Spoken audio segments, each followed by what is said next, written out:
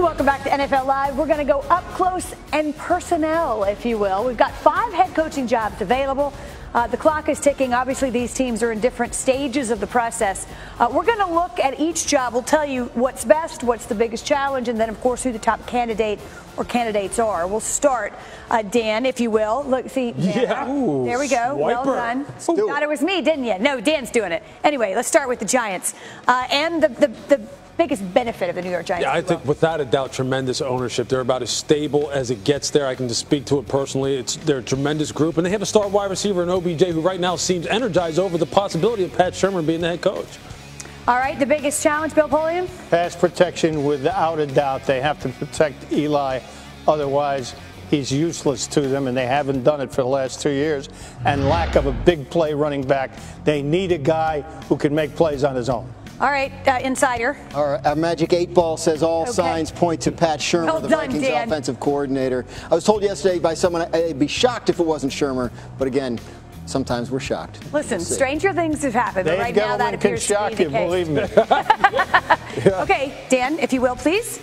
Nicely done. Swiping that thing. Yeah. All right, are we talking Lions? Yes, I see a lion down there. The Detroit Lions, obviously, the biggest benefit to this job, who many said was the best coaching job available. No question about it, Wendy. Look, they have a quarterback that's in his prime. They have a pass rusher in Ziggy Ansah, who they're going to have to take care of contractually, but who can absolutely change the course of games. And they have a #1 shutdown quarterback in Darius Slay. That's a lot to be happy about as far as when you're looking at this job and whether or not you want to take it. All right, the challenge. The challenge is the fact that there's only one corner. They need another, and they need better play at safety. And there's only one rusher.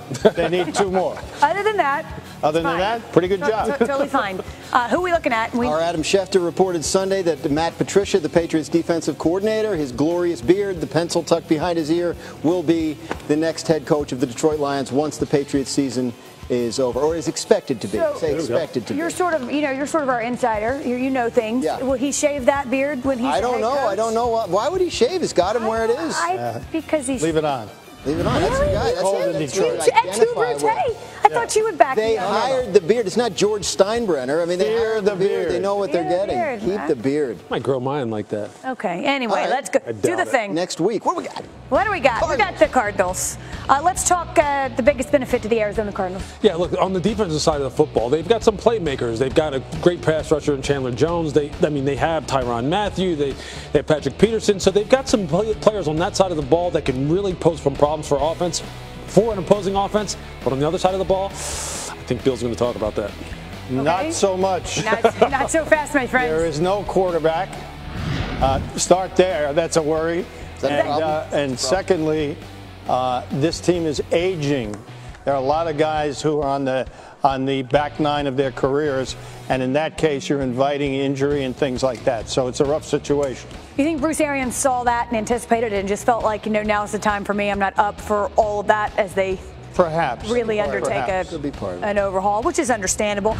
The top candidate, Mike Munchak. Yeah, look, I don't have a handle on who the Cardinals are going to go with, and I think it's a lot of people around the league still don't know. Munchak is a guy that they like a lot. They interviewed him. He's available now if they wanted to hire him because the Steelers have been eliminated. He's their offensive line coach, so I would keep an eye on him. But a couple of very interesting candidates have been through there. Steve Wilks, the Carolina defensive coordinator. We could see they were in on Shurmur. Obviously, that's still a possibility unless it's done with the Giants. Mike Munchak, by the way, is a very, very good candidate. Previous head coach with Tennessee. What do you see as a fit here? I'm not asking necessarily about the person, but the qualities that are work here in Arizona. Well, I think it's someone who's going to have a real good big picture mindset as far as what this team needs, because there's a lot of work to be done, like Bill just alluded to. Look, you have an aging football team with no quarterback, has some defensive playmakers. Really, there's a lot of uncertainty at wide receiver. You have a running back coming off of injury. I have an offensive line that's been beat up, that got Carson Palmer hit a lot, which may have sent him into retirement. There's a lot to be done here. You need some experience here. You need someone who works with Steve Keim very well. So your guess is as good as mine as far as who's going to be the top guy there. Seems easy. Seems easy. It's a lot of work. Okay. Nice. Swiper. The Indianapolis Colts, and I would think a healthy quarterback there is a top attraction. It's without a doubt, it's where it all revolves around. That's why potentially a game-changing generational quarterback, and I say potentially only because we don't know what his health is. If he's healthy and he comes back being an old Andrew Luck, then yeah, this is a very interesting rebuilding process. But until you know that, man, you put a big question mark right there. Mr. Polian? The biggest challenge here, because I believe that Andrew will be back and fine, is rebuilding a defense that disappeared from the Super Bowl years on two levels. One, personnel. They really only have two really good players on defense. And secondly, the young safety that's hurt, and Marcus, the rusher. Other than that, all average. And secondly, conceptually, with Andrew, you're probably going to be playing in front. So you don't need to be building with 400-pound guys to stop the run. You got to go get the passer, and they don't have anybody who can do it. But this is a different deal if that quarterback's not healthy, Bill, clearly. Completely different deal. You're saying, assuming Andrew Luck Everything that I have heard is that he's going to be And we certainly hope so. Yeah. Now, we look back to the Patriots. We just talked about their defensive coordinator, of course, in Detroit, Josh McDaniels, appearing to be a contender here in Indianapolis. It's sort of like we said with Pat Shurmur, sort of signs tend to be pointing this way. Obviously, they can't do anything official until the Patriots season ends, but Josh McDaniels, the Patriots offensive coordinator, seems to be the leading candidate at this point for this job. And if he is going to take this job, then you know he's gotten some good answers from the organization about Andrew Luck's health. But can I just add one thing? It's also going to be, I think it's going to be important for whoever that head coach is. Again, you just can't be a specialist on one side of the football. Josh has experience on both sides of the ball, because Bill just pointed out, rebuilding the defense is key here. You better understand what kind of personnel you want on that side of the ball so you can get together with Chris Ballard and go, this is what we need. You cannot just be a one-trick pony as a head coach taking on a job that's well, and I tell you what, Josh McDaniels has had other opportunities. He's been very selective because he failed the first time. Sure. And he knows that the second time around is critical, Bill, because he'll get a second chance. But this one needs to go better without a doubt. And I like Dan Hester. That's an impressive swipe. Tennessee Titans. Let's start on the bright side. Yeah, I mean, there are some pillars there that you can build off of. Obviously, an ascending quarterback who regressed a little bit this year. Thus, the head coaching change, because they want to try and get that going back in the right direction. They are built inside out. They built the offensive line up. They have now some new young weapons on the perimeter on the offensive side of the ball.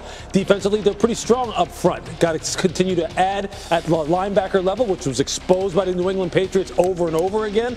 And in the secondary, they have a young safety who is very good in Byard, who can intercept the football, and a young cornerback in Adoree Jackson. So there's a lot to be happy about here with this job, too. You challenge, Bill? The reason that Mike Mularkey is no longer the head coach is because he refused to refocus the offense. Marcus Mariota has to be a pocket passer, not an option runner. He's not strong enough, big enough, stout enough to do that. Secondly, and he shouldn't because he's a talented quarterback, they've got to get receivers. And most importantly, they've got to get an offensive line that can block, that can pass protect. The Patriots just made them look silly. They were stuck in the ground. They couldn't pick up stunts. It was not even a fair fight.